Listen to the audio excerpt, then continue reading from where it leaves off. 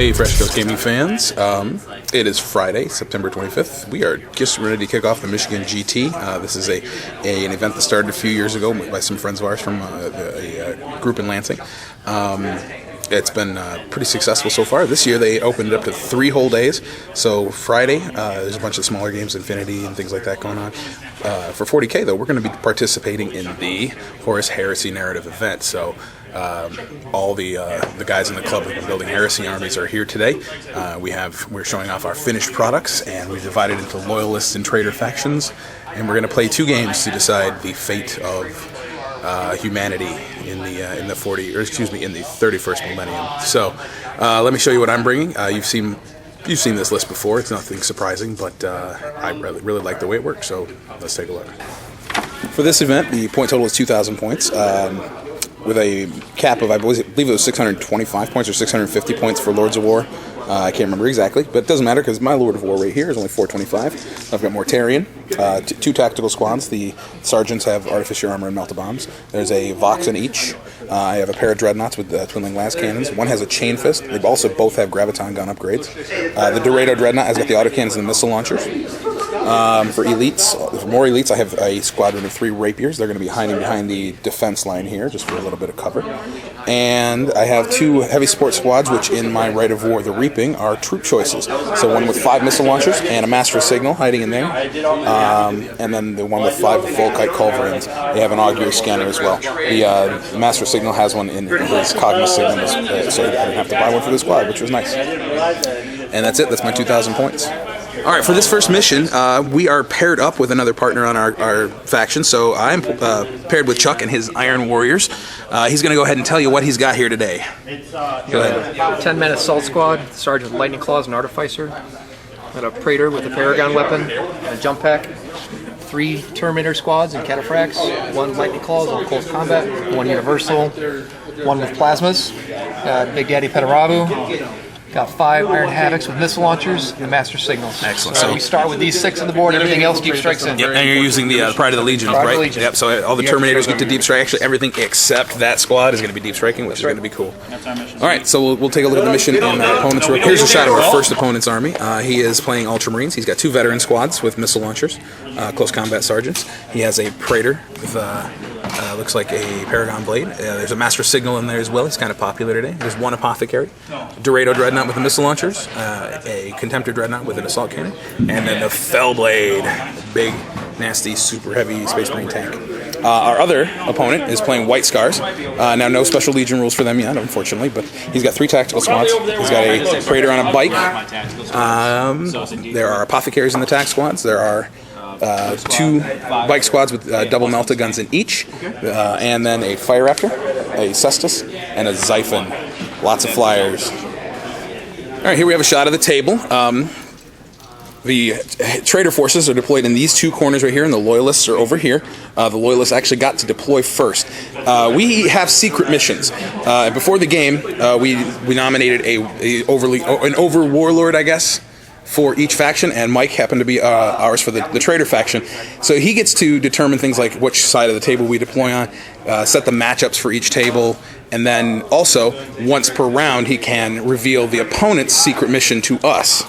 So Mike actually gave us their mission, so we know what their mission is. They don't know what ours is, but they have a pretty good idea of what it's going to be. So their mission is to get this guy right here. He is a navigator. They have to get him onto the landing pad and have him there at turn 6. He's got to be there on turn 6. So we're setting up some roadblocks right now. We forgot to shoot the video, and we started rolling our reserve for the Terminators. Anyway, though, like I said, they got to deploy first, but I promptly seized the initiative on them. So we have first turn. We're going to get going first. Let's just take a quick look at deployment. We got Rhinos with their White Scars in here. They're all hiding behind the tanks because he accidentally took the Apothecary upgrade on them to give them 11 models. They can't fit in the Rhinos. There's the Dreadnought here, Veteran Squad here, Bike Squad over there, the Fellblade in that corner. There's another Veteran Squad manning a las cannon turret in that bunker right there. And then the Dorado Dreadnought right there, who's going to do some interceptor fire on the assault squad. We have both of our heavy weapon squads with missile launchers in this building with our Masters of Signal, so that's a lot of firepower in that bastion. Morty and my two tactical squads are right there, the Dreadnought here, and then my defense line with my Rapiers, Volkites, are hiding over there with the 2 dreadnoughts ready to advance on the tank. Alright, so we're going to keep on with turn 1. We'll tell you what happens after the turn. Top of turn 1, the Death Guard forces advances. 2 of the Terminator squads and the Assault squad came in, but then suddenly we're facing some artillery fire from 2 of the other tables. They had a plasma blast and some other barrage come in, whittled down the Assault Marines pretty badly, and dropped one of the Terminators. Both Master Signals tried to drop their ordnance barrage onto the tactical squad with the Navigator. Managed to kill all the Marines, but the Navigator has a 4-up invul and he made his save. The Rhino over here got wrecked by the Dreadnought. I was trying to blow it up and clear it out, but I forgot AP4 can't blow it up. Just stay there as a piece of scenery to hide behind. Over there, my Dreadnoughts advance, still staying in cover to get the 5-up save from the woods. And then the 3 Rapiers also fired at the Fellblade, managed to take off 3 hull points total. It's still very, very fearsome. Killed one of the bikes with my Volkites. And then Mortarion broke off from the tactical squad here and charged into this tactical squad. Killed 2 of the Marines. They're kind of bottlenecked between the Rhinos, so they can only fight them 2 at a time. I killed 2, but he made his leadership check, and they're staying, which is good because it gives Mortarion a little bit of protection. The Dreadnought's probably going to come around and charge him to tie him up a bit, but then he's going to get countercharged by some Terminators. So they've already started to go into turn 2, or I'm sorry, bottom of turn 1, because I forgot we seized, and then we'll come back after their turn.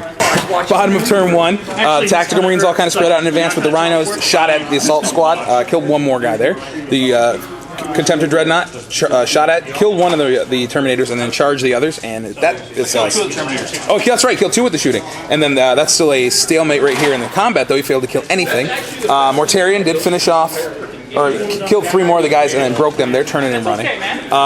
Their Master Signal dropped a barrage and killed a couple of my missile launchers and one of my Marines down here. Dreadnought got ignored. These 2 Dreadnoughts were making cover saves like crazy until the Multi-Melta on the Fellblade sniped out my Dreadnought right here. So I lost one of the Dreadnoughts, and I lost a bunch of my models from the Rapier unit. I lost 2 of the Rapiers and the crew for 1, but they held. I lost a Volkite from shooting from, I believe... Who shot the Volkite, guys? Oh, the Heavy Bolter on the Fellblade. So that's it. Top of turn 2 coming up. Top of turn 2, the Rapier took a shot at the Fellblade and didn't do anything. The Volkites shot at the back bike squad and took a wound off the Praetor on a bike. Dreadnought didn't shoot, just charged into the front bike squad. Killed 1 in combat, but took a crack grenade into the face in return, so that's actually a draw, which I think is good for me. The Dorado, I can't remember where he shot at. He didn't do much. Oh no, he shot at the bike squad and then killed a Meltagun, which actually was nice. That attack squad did nothing. Both Master Signals and heavy missile launcher squads combined to blow up that Rhino. Made a bunch of cover saves. These Marines shot at those Marines who were running away. Terminators charging the Rhino. The Assault squad charged that tactical squad and finished them off with the Praetor. This is just stalling right here. Nothing's happening with that. They can't hit each other and they keep making good saves. But Mortarion managed to kill the Navigator. He teleported over that squad and then charged the Navigator and predictably killed him. All he had to do was fail one of his invuln saves, and that was easier done than said. So we're going to move into the bottom of turn 2. They have 3 flyers possibly coming in from reserve, so this is where they're going to start to hurt us. But at this point, we have the mission pretty well in hand. Alright, bottom of turn 2. The Cestus comes in. It's the only reserve they got, which was kind of surprising. It blows up the Bastion, and combined with fire from the Fellblade, manages to kill the heavy weapon squad from the Iron Warriors. Between other weapon fire, though, I lost all the rest of my missile launchers, and my Master Signal is breaking. That squad tanked a whole bunch of cover saves, and I only lost 1 Marine from it. I lost 1 Marine from Bolter Fire for the guys who regrouped right there. Over here, both bike squads are now engaged with the Dreadnought, and I killed one of the bikers, and they're going to pile in a little bit. I killed one of the bikers, and they did nothing in return. Over here, again, I was making cover saves like crazy. I only lost 1 Marine from all the fire from the Fellblade and from the Rapier unit. I did lose 2 of my Volkites from the crack grenades in crack missiles from the veterans in the bunker back there. The Dorado took off a hull point on my Dorado, and we both completely forgot to use our interceptor fire on the Cestus. We will not forget next turn. So we will not forget next turn, or we will do something next turn to shoot down those lighter armored flyers. So we are going into turn 3 right now. Oh, and Perturabo decided again not to show up. He is just still going to sit here with his boys chilling and let Mortarion do all the work. But that's okay. I'm happy with that. All right, top of turn 3. Again, Perturabo decided not to come in. The Dreadnought killed one more of the bikers and then took a glancing hit from a arrive exactly when he wishes. Oh, be quiet. He took a hull point there, so that's still a draw combat. I did nothing to the Fellblade again. My rapiers failed to do anything. I took 3 hull points off the Cestus with the Dorado. That was nice. And then took another one off the Rhino with his missiles. These Marines came up here, moved into cover. These guys came in here and shot at the back of the Rhino to try to do something. He made all his cover saves. Mortarion killed 3 guys right here, and they did a wound in return. And I'm sorry, he killed 4, and then did a wound in return. But he made his leadership check on a double 1s, and then this bunker got damaged with a melta bomb. So that's it. This fight still is doing nothing, though. This is kind of the funny one over here. I might want to think about charging in there with some crack grenades and melta bombs to help him out. I have an it will not die roll to roll for Mortarion. But that's it. We're going to move into the bottom of 3 and see if the other 2 flyers come in. Bottom of turn 3, the Fellblade continues to beat up on this flank. The Volkite squad took another casualty. The last guy ran off. The Rapiers took another casualty, but they're holding. The Dreadnought killed another biker, but that was fine because the command tank bonus from the Fellblade allows him to reroll. I made him fail both leadership checks here, but he got rerolls on it, so that was helpful.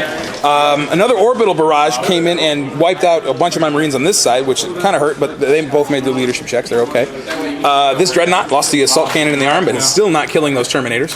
Mortarion finished off that last Marine, and the Praetor over here clamped a melta bomb on this building and blew it up, so Mortarion now has targets to come at next turn, which, coincidentally enough, is ours. Top of 4 coming up. Oh, the Dorado died. The Dorado died. The Xiphon was the only thing that came in from in reserve, and he intercepted it, blew it out of the sky, 2 penetrating hits, and he failed both his jinx saves, and then Fellblade blew it up with the number. and then the Fellblade blew him up. Yep, Fellblade blew him up. Top of my turn. So. Top of turn 4 coming up. Top of turn 4, Perturabo and his boys decided to show up, and they made an impact when they did. He dropped his bombardment on the Dorado, and then shot him with his wrist cannon, got a lucky glance, and finished it off. So the Dorado is gone, and they're sitting right there.